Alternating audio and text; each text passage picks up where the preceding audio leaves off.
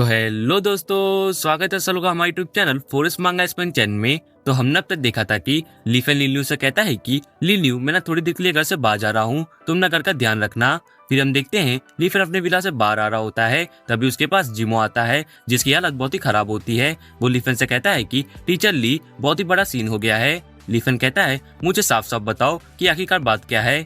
जिमो बताता है कि बहुत ही बड़ा सीन हो गया है, मिंगहाओ ना वापिस आ गया है। लीफन कहता है मिंगहाओ ना बिल्कुल सही समय पर वापस आया है, अब ना बस मैं उसे ढूंढकर सबक सिखाना चाहता हूँ। तभी जिमो लीफन को रोकते हुए कहता है टीचर, उस मिंगहाओ के वापस आने की वजह से सभी लोग डरे हुए हैं और अब उसे लगता है कि हमने उसे धोखा दिया है और आपके पालतू कुत्ते बन गए हैं। इसलिए वो जैसे ही वापस आया उसने अपने सारे क्लासमेट्स को मारना शुरू कर दिया और जिन टीचर्स ने उसे रोकने की कोशिश की ना, उसने उन सभी टीचर्स के सिर पर वार किया। अब न उनमें से एक टीचर हॉस्पिटल में भर्ती है, वो टीचर बचेगा या फिर नहीं ये भी कहना मुश्किल है। उसने ना मेरे क्लासमेट के पैर को तोड़ दिया, अगर मैं वहाँ से जल्दी नहीं निकलता ना तो शायद मेरे साथ भी कुछ ऐसा ही होता। मिंगहाओ ना बहुत ही एरोगेंट है क्योंकि उसके पीछे उसकी फैमिली है जो कि हमेशा उसे प्रोटेक्ट करती है, इसलिए उसे किसी की जान की भी परवाह नहीं। तभी हम देखते हैं लीफन को जो कि कहता है कि तो तुम ही हो वो गुंडे जिन्होंने स्कूल में आतंक फैला रखा है। हम देखते हैं कि मिंगहाओ अपनी गैंग को लेके लीफन के विला के बाहर आ गया होता है। गैंग के बंदे चिल्ला रहे होते हैं कि लीफन को स्कूल से बाहर निकालो। उनके नारे सुन लीफन बोलता है हमें ऊंची आवाज सुनना भी पसंद नहीं, हमारे सामने जो ऊंची आवाज में बोलता है उसकी आवाज हमेशा हमेशा के लिए बंद कर दी जाती। फिर हम देखते हैं मिंगहाओ को जो कि लीफन को बोलता है कि क्या तुम ही हो लीफन, तुम तो दिखने में ही एक आम इंसान लगते हो, मुझे ना तुम्हारे अंदर ऐसी कोई भी काबिलियत नहीं दिख रही जिससे कि तुम हमारे स्कूल के प्रिंसिपल बनो, और तुमने मेरे बैनर्स देखे, मैंने ये सिर्फ तुम्हारे लिए लिखे हैं। लीफन बोलता है हाँ मैंने देखा, इसमें से ना मुझे कोई भी अच्छा नहीं लगा, ये ना बिल्कुल तुम्हारी ही तरह है, भद्दा और बेकार। मिंगहाओ चिल्लाते हुए बोलता है कि तुम कमीने, तुमने उस यांग जिमो को हरा के उसे अपनी तरफ कर लिया तो तुम खुद को एक महान इंसान समझ रहे हो। आज ना मैं तुम्हें एक मौका देता हूँ, क्या तुम मेरे साथ फाइट करोगे? मैं ना स्कूल के सभी टीचर्स और स्टूडेंट्स को दिखाना चाहता हूँ कि इस स्कूल का असली बॉस कौन है। मैं ना तुम्हें अपने पैरों के तले कुचल दूंगा। लीफन बोलता है तुम जैसी चींटी के साथ मैं फाइट करूँ, ये ना मेरे शान के खिलाफ है। तभी हम देखते हैं कि वहाँ पर लिन्यू आ जाती है और वो बोलती है कि मास्टर, अगर आपको फाइट नहीं करनी है तो मुझे करने दीजिए, मैं इन सभी कचरों को जल्दी ही ठिकाने लगा दूंगी। लीफन बोलता है अगर तुम फाइट करना ही चाहती हो तो मैं तुम्हें नहीं रोकूंगा, लेकिन तुम ना उन्हें जिंदा छोड़ देना, उन्हें मार मत डालना। लिन्यू बोलती है ठीक है मास्टर, मैं आपकी बातों को समझ गई। फिर लिन्यू मिंगहाओ से बोलती है मेरे मास्टर ने ना मुझे तुम्हें जिंदा छोड़ने के लिए कहा है, लेकिन मेरा ना अपनी ताकत पर कंट्रोल नहीं रहता, तो अगर कहीं मैंने तुम्हारे हाथ पांव को तोड़ दिया ना तो इस चीज के लिए मुझे ब्लेम मत करना। लिन्यू की बात सुन मिंगहाओ हंसने लगता है और वो हंसते हुए बोलता है कि लीफन, तुम गधे कहीं के, तुम एक बच्ची को मुझसे फाइट करने के लिए भेज रहे हो, जरा इस बच्ची को ध्यान से तो देखो, अगर मैंने इसे एक रैप्टर भी मार दिया ना तो ये मेरे एक रैप्टे में ही डर के मारे अपनी पैंट गीली कर देगी। तभी गैंग में से एक बंदा बाहर आता है और वो लिन्यू से बोलता है कि बच्ची तुम ना घर जाके पोगो देखो, ये फाइट करना ना तुम्हारी बस की बात नहीं, अगर तुमने यहाँ होने वाले खून खराबे को देख लिया ना तो तुम सचमुच अपनी पैंट गीली कर दोगी। तभी लिन्यू एक डरावनी स्माइल देते हुए बोलती है कि तो चलो देखते हैं कि वो कौन होगा जो कि अपनी पैंट गीली करेगा। इतना बोलते ही लिन्यू ने उस बंदे पर अटैक कर दिया होता है जिससे वो बंदा दूर हवा में उड़ जाता है। ये देख मिंगहाओ बोल रहा होता है कि ये मैंने क्या देख लिया। तभी लिन्यू अचानक से मिंगहाओ के पास आ जाती है और वो बोलती है कि तो क्या तुम मुझसे फाइट करना चाहोगे? इतना कहकर वो हवा में छलांग लगा देती है और मिंगहाओ को एक घुमा कर लात मारती है जिससे मिंगहाओ एक ही बार में जाते चाटने लगता है। फिर लिन्यू उसके पैरों पर लात मारते हुए बोल रही होती है कि तुम कमीने, तुम कह रहे थे ना कि तुम मुझे अपनी पैंट में मुता दोगे, लेकिन अब मैं तुम्हारी ऐसी हालत करूंगी ना कि तुम अपनी पूरी लाइफ अपने पैंट में ही मुतोगे। वहीं मिंगहाओ चिल्लाते हुए बोल रहा होता है कि लीफन तुम कमीने, तुम्हें ना इसका अंजाम भुगतना पड़ेगा। लीफन बोलता है मिंगहाओ तुमने क्या सोचा था, तुम अपने क्लासमेट्स को और टीचर्स को चोट पहुंचाकर बच जाओगे, लेकिन वो कहते हैं ना बुरे कर्मों का बुरा नतीजा, ये ना तुम्हारे कर्मों का ही नतीजा है जो कि आज तुम्हारी ऐसी हालत है। मिंगहाओ बोलता है लीफन तुम ना मुझे लेक्चर मत दो, तुम्हारी हिम्मत कैसे हुई मेरे साथ ऐसा करने की, जब मेरे डैड मेरी ऐसी हालत देखेंगे ना तो वो गुस्से में आकर तुम्हें मार डालेंगे, फिर चाहे तुम दुनिया के किसी भी कोने में जाके क्यों ना छुप जाओ, वो ना कहीं से भी तुम्हें ढूंढ निकालेंगे और जिंदा जलाकर तुम्हें राख में बदल देंगे, अब ना तुम नहीं बचने वाले।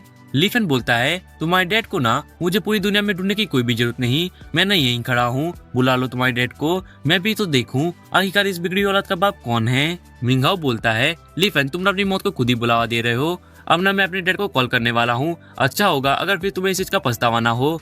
फिर हम देखते हैं जिमो को, जो कि लीफेन को बता रहा होता है कि मिंगाओ के फादर ना एक मार्शल आर्टिस्ट हैं, वो ना चूजो सिटी में टॉप पोजीशन पे हैं। मिंगाओ ना कोई मजाक नहीं कर रहा है, ये ना आपके लिए दिक्कतें खड़ी कर सकता है।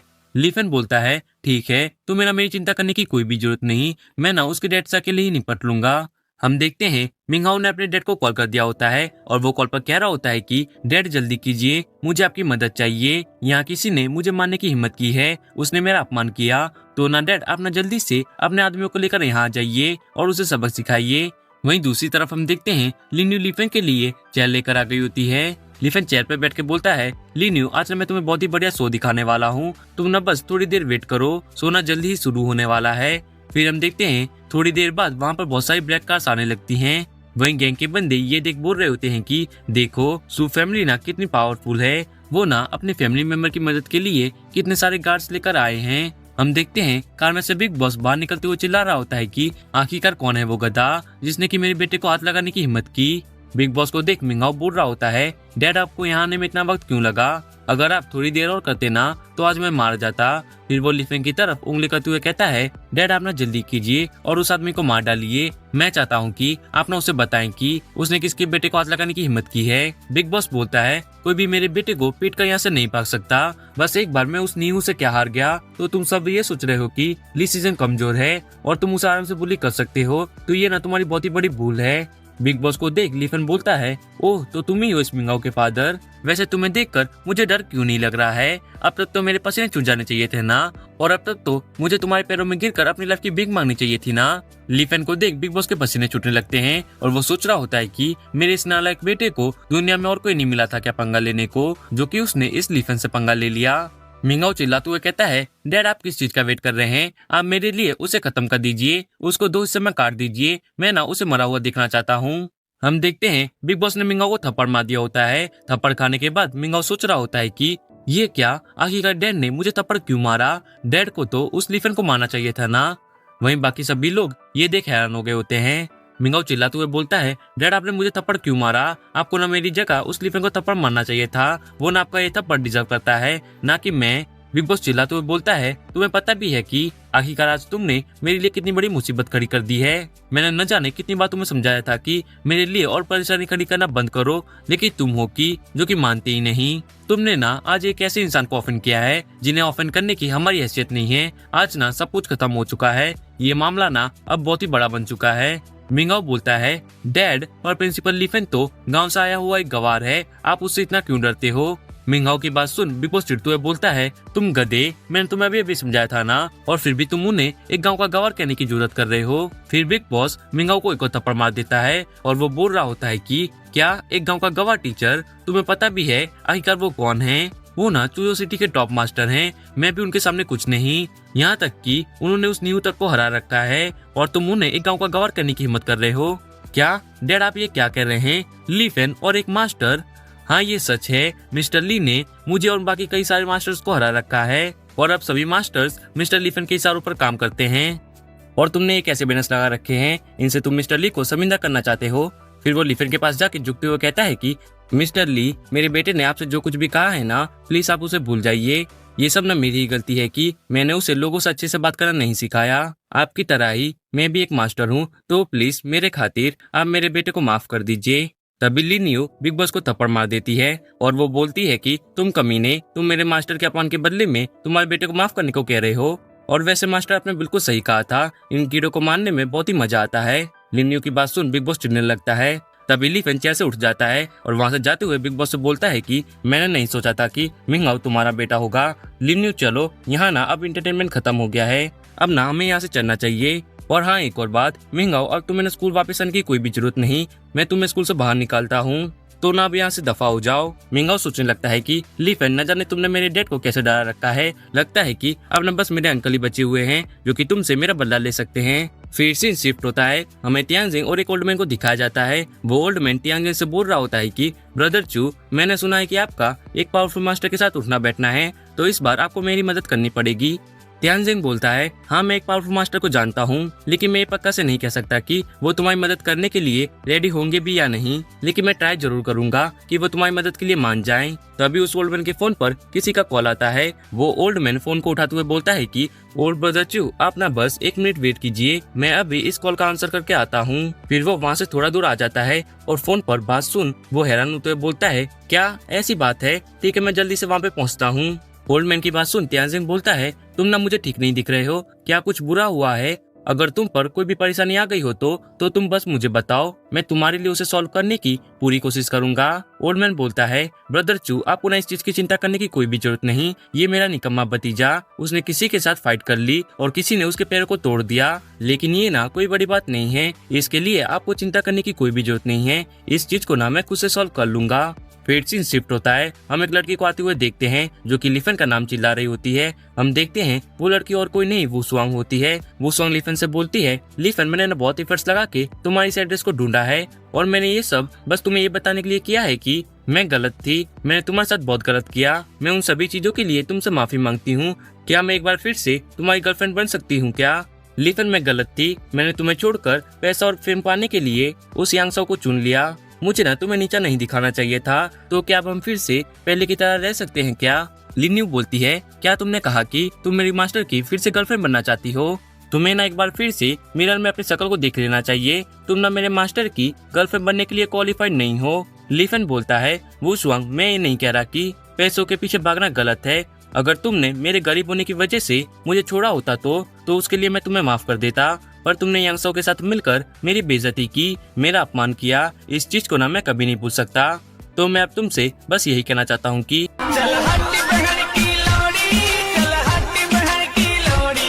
लिफन की बात सुन वुसुआंग सोच रही होती है कि नहीं लिफन तुम मुझे नहीं छोड़ सकते। फिर वो वहाँ से भागते हुए चिल्ला रही होती है, लिफन तुम्हें मेरे साथ ऐसा नहीं करना चाहिए था, ऐसा बिल्कुल नहीं होना चाहिए था। वही लिन्यू सोच रही होती है, तुम मेरे मास्टर की गर्लफ्रेंड बनना चाहती थी ना, तुम्हें पक्का से अपनी जगह पता नहीं होगी। वही लिफन सोच रहा होता है, इस कुतिया के आंसू ना मुझ पर काम नहीं करेंगे, मुझे ना पूरी सच्चाई पता है, मेरी पास्ट लाइफ में मैंने कई सारे दर्द को झेला है, मेरी सारी हड्डियों को तोड़वा दिया गया था और फिर मुझे रेप करने के जुर्म में जेल में डलवा दिया गया था और मुझे जेल में से बाहर निकलवाने के लिए मेरे डैड को उनकी लाइफ सेक्रीफाइस करनी पड़ी थी और ये सब उस कुतिया वुसुआंग की वजह से हुआ था। तो मैं इसे इतनी आसानी से तो नहीं छोड़ने वाला, मैं इसे आराम आराम से तड़पाऊंगा और इसे चोट पहुंचाऊंगा, मैं इसकी लाइफ को ना एक सड़क छाप कुत्ते से भी बेकार कर दूंगा।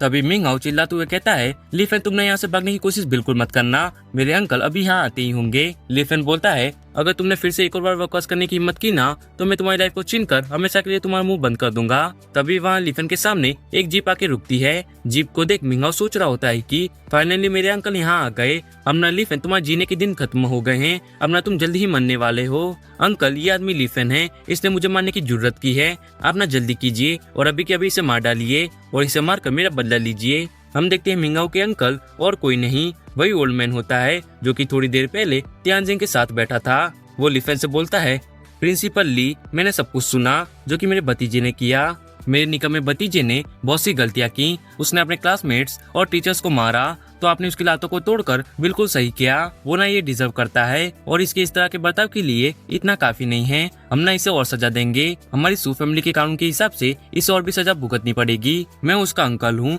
तो मेरी भी कुछ रिस्पॉन्सिबिलिटी थी कि मैं उसे एक अच्छा आदमी बनाऊं, लेकिन शायद मैं इस चीज में फेल हो गया, हमारी सू फैमिली की वजह से आज आपको जो परेशानी हुई है ना उस चीज के लिए मैं आपसे माफी मांगता हूँ। मिंगहाओ चिल्लाते हुए बोलता है, अंकल आप ये क्या कर रहे हैं, क्या आपने सुना नहीं क्या, मैंने अभी क्या कहा, लिफन ने मेरे दोनों पाँव को तोड़ दिया, तो आप जल्दी कीजिए और उसे खत्म कर दीजिए। मेरे डैड किसी वजह से उससे डर रहे थे, लेकिन अब आप भी उसे क्यों नहीं मार रहे हैं, वो ना हमारे सामने कुछ भी नहीं है, आप उसे बहुत ही आसानी से खत्म कर सकते हैं। तभी हम देखते हैं अंकल ने मिंगहाओ को थप्पड़ मार दिया होता है और वो बोलते हैं, तुम हमारी फैमिली के निकम्मे मेंबर हो जो कि सिर्फ हमारी फैमिली का नाम खराब करता रहता है। एक टीचर और प्रिंसिपल के तौर पर मिस्टर ली ने तुम्हें सबक सिखाकर बिल्कुल सही किया, जाओ और जाके गाड़ी में बैठो, मैं तुम्हें बाद में देखूंगा। तभी वहाँ पर तियानजिंग आ जाता है और वो बोलता है, ब्रदर सूरोंग आप यहाँ। सूरोंग बोलता है, ओह तियानजिंग तुम यहाँ क्या कर रहे हो। फिर तियानजिंग लिफन को ग्रीट करता है और सूरोंग को बताता है कि मैंने रास्ते में तुम्हारी यहाँ कार देखी तो मुझे चिंता होने लगी कि कहीं तुम मास्टर लिफन से ना टकरा जाओ। फिर वो खासते हुए कहता है, सूरोंग मास्टर लिफन वही मास्टर हैं जिन्हें कि तुम ढूंढ रहे हो। फिर सुरंग लीफेन को ग्रीट करने लगता है। त्यानजिंग बोलता है, मास्टर ली, हम ना यहाँ खड़े रहकर बात नहीं कर सकते, तो आप ना हमारे साथ चलिए, हमें ना आपकी मदद की जरूरत है। लीफेन बोलता है, ठीक है, अगर तुम्हें मेरी मदद की जरूरत है तो मैं जरूर से तुम्हारी मदद करूंगा।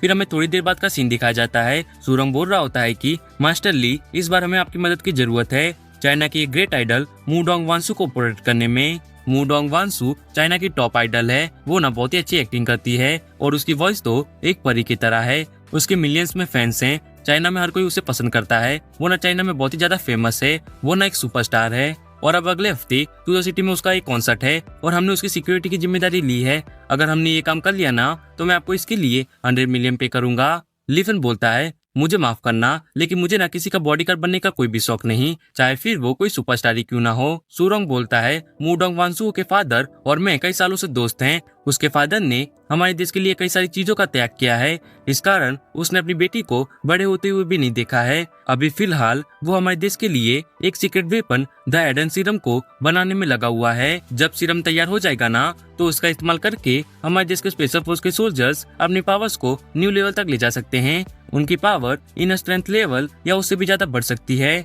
और अगर ये एक्सपेरिमेंट सक्सेसफुली हो गया ना तो ये हमारे दुश्मनों के लिए बहुत ही बड़ा खतरा बन सकता है। इसलिए वो इस एक्सपेरिमेंट को बंद करने के लिए हमारे सीक्रेट बेस को ढूंढने में लगे हुए हैं। लेकिन हमारे सीक्रेट बेस को ढूंढना उनके लिए बहुत ही मुश्किल होने की वजह से मेरे दोस्त के रिलेटिव्स को किडनैप करने की कोशिश कर रहे हैं ताकि उन्हें हमारे सीक्रेट बेस का पता मिल सके। और मेरे दोस्त के रिलेटिव्स में सिर्फ एक ही पर्सन है और वो है उसकी बेटी वुडोंग वांसू।